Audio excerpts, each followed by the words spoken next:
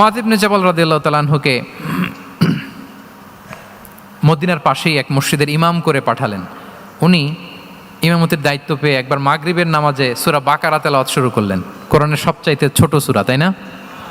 সূরাতুল বাকারা, হ্যাঁ, সবচেয়ে ছোট সূরা। হ্যাঁ, তো ওনার হয়তো তেলাওয়াত করতে করতে একটা ইমোশন চলে আসছে। উনি তো সুরের ঝংকার দিয়ে তেলাওয়াত করতেছেন। এখন পিছনে যারা মুসল্লি ছিল এরা ছিল সব কৃষিজীবী সাহাবী। এরা কি ছিল?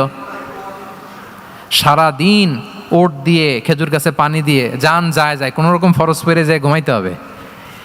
এই সাহাবীরা যখন পিছনে দাঁড়াইছে আর উনি ধরছে কোন সূরা? আওয়াজ করে বলুন না একটু, সূরাতুল বাকারা।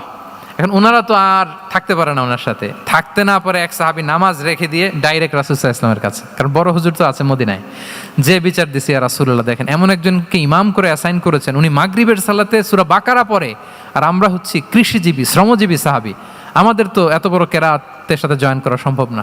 রাসূল সাল্লাল্লাহু আলাইহি ওয়াসাল্লাম রেগে গেলেন, চেহারাটা আগুনের গোলার মতো লাল হয়ে গেল। মুআয ইবনে জাবাল রাদিয়াল্লাহু তাআলা আনহুকে ডেকে পাঠালেন, ডেকে বললেন, আফাত্তানুন আনতা ইয়া মুআয, আফাত্তান, তুমি কি ফিতনা সৃষ্টি করতেছো? ওখানে পাঠাইছি কমিউনিটির ইউনিটি ধরে রাখার জন্য, তুমি ওখানে যে ফিতনা সৃষ্টি করতেছো। তুমি কি সাব্বিহ ইসমা রাব্বিকাল আ'লা এই সূরা তোমার মুখস্থ নাই? ওয়াদ-দুহা ওয়াল-লাইলি ইযা সাজা এটা পারো না?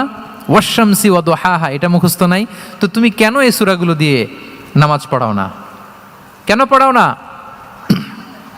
এরপর তিনি বললেন, যখন ইমামতির সুযোগ পাবে, সুযোগ পেয়ে লম্বা কেরাত ধরো না, ছোট্ট কেরাত দিয়ে নামাজ শেষ করো, কেননা তোমার পেছনে বয়স্করা আছে, মুরব্বীরা আছে, অসুস্থরা আছে। জাল হাজা, তার একটা জরুরি কাজ পড়ছিল, যাচ্ছিল, হঠাৎ মাগরিবের আজান, ভাবলো রাস্তার পাশে যেহেতু আজান দিছে নামাজটা পড়ে নেই, নামাজে ঢুইকা দেখছে আপনি সূরা বাকারা ধরছেন, তো বেচারা কি কাজ করবে না কি করবে? আর তার তো নিয়ত ছিল ফরজ নামাজটা পড়ি যে বাস ধরবো, এখন আপনি ধরছেন কোন সূরা? বাকারা। দেখেন রাসূল সাল্লাল্লাহু আলাইহি ওয়াসাল্লাম বললেন, যখন ইমামতির চান্স পাবে ছোট সূরা পড়বে, আর যখন তুমি একা পড়বে ফালিউতাউবিল মাশা, যত লম্বা করতে মনে চায় করো, রুকু করো লম্বা, সেজদা করো লম্বা, কেরাত করো লম্বা। রাসূল সাল্লাল্লাহু আলাইহি ওয়াসাল্লাম তো রাতে আধা ঘন্টা 40 মিনিট প্রথম রাকাতে কেরাত পড়তেন, এরপরে আবার 40 মিনিট রুকুতে থাকতেন, রুকু থেকে দাঁড়ায় আবার 40 মিনিট, আবার সেজদায় যেয়ে 40 মিনিট, এরপরে সেজদা থেকে 2 সেজদার মাঝখানে আবার 40 মিনিট, 2 রাকাত দিয়ে এরকম রাতও শেষ করে দিয়েছেন। তো আপনার লম্বা যদি পড়তে মনে চায়, আপনি তো আপনার ব্যক্তিগত নফল সালাতে এভাবে লম্বা করবেন, কিন্তু আমাদের হয়ে গেছে উল্টা, একাকী নামাজ কোনো রকম রুকু সেজদা এরকম হয়ে গেছে না অনেকটা।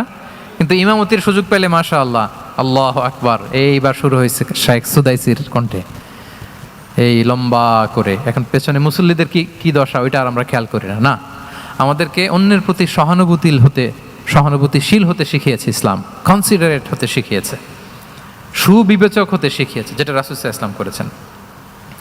এবং রাসূল সাল্লাল্লাহু আলাইহি ওয়াসাল্লাম কোনো কাজে কাউকে পাঠালে ওনার বিখ্যাত সে বাণীটা বলে দিতেন যে ইয়াসসিরু ওয়ালা তুআসসিরু বাশশিরু ওয়ালা তুনাফিরু, সহজ করে উপস্থাপন করো, কঠিন করো না। সুসংবাদ দিও, মানুষকে দিন থেকে ভাগিও না। আমরা মানুষকে ভয় দেখাই, আমরা এত কঠিন করে ইসলামকে উপস্থাপন করি, মানুষ বলে আগে যেটা করতাম ওইটাই ভালো।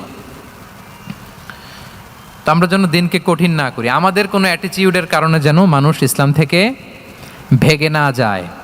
আরেকটা উদাহরণ দেখুন, একবার মাগরিবের কিংবা এশার নামাজে রাসূল সাল্লাল্লাহু আলাইহি ওয়াসাল্লাম লম্বা সেজদা দিলেন, এত লম্বা সেজদা তিনি কখনো দেন না। নামাজ শেষে সাহাবারা জিজ্ঞেস করলেন, ইয়া রাসূলুল্লাহ, আপনি কি নামাজের মাঝখানে অসুস্থ হয়ে গেলেন নাকি? অথবা কোরআনের আয়াত নাজিল হলো নাকি, ওহী নাজিল হলো নাকি? রাসূল সাল্লাল্লাহু আলাইহি ওয়াসাল্লাম বললেন, কুল্লু যালিকা লাম ইয়াকুন ওয়ালাকিন ইবনি ইরতাহালানি ওয়া কারিহতু আন উআজ্জিলাহু হাত্তা ইয়াকদিয়া হাজাতাহ।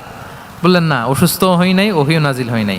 আমি যখন সেজদায় গিয়েছি, আমার 2 ছোট নাতি হাসান হোসেন আমার কাঁধের উপরে চেপে বসেছে, যতক্ষণ না ওরা খেলা শেষ না করে নিচে নেমেছে আমি সেজদায় লুটিয়েছিলাম, নেমেছে এরপরে মাথা উঠিয়েছি। আমার মাথা উঠানোর কারণে ওদের খেলার একটু ডিস্টার্ব হবে, এজন্য আমি আর সেজদা থেকে মাথা উঠাই নাই। সুবহানাল্লাহ পড়বেন না? দেখেন, নাতির খেলার যেন ডিস্টার্ব না হয়। পেছনের মহিলা সারির এক বোনের নামাজের সমস্যা হচ্ছে, এগুলো উনি খেয়াল করতেন, ছোট্ট ছোট্ট বিষয়গুলো উনি খেয়াল করতেন। এটাকে বলে কনসিডারেট মাইন্ডসেট। কি বলে? তাহলে আমরা অন্যের প্রতি যেন সহানুভূতিশীল হই, নাকি শুধু নিজেরটাই দেখব? অন্যেরটা দেখার দরকার আছে না নাই বলেন?